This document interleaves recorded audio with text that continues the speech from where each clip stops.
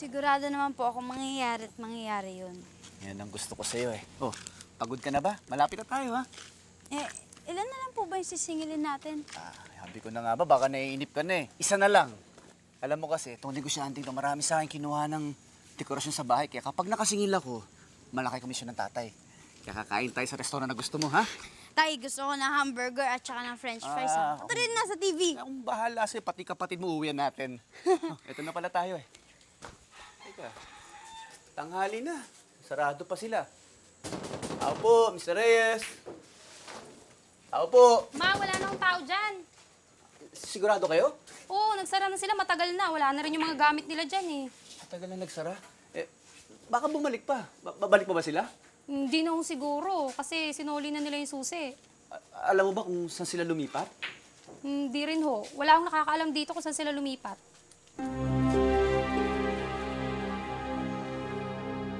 Pinalik-balikan niya ang kliyente niyang iyon na may malaking utang sa kanya.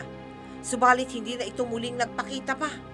Dahil dito, nagkautang din siya ng malaki sa taong pinagkukunan niya ng paninda. Hanggang isang gabi. Walang kwentang kausap ang taong yan. Akala ko kaibigan ko siya eh. Pinagkatiwalaan ko. Pero nung ginawa, siloko ko.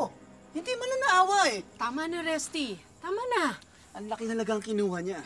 Paano niya babayaran yun? Pinahamak niya ako, pinabayaan niya ako. Pero wala ka namang magagawa, di ba? Tama na. Tay, may mga pulis.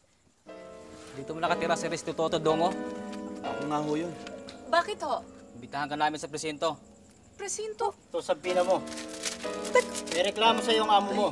May malaking utang ka pang di nababayaran. Ay, hindi ho. Hindi pwede. Sumama ka na sa amin. Resty, hindi po yun. Teka na po, tay. Tay! Tay!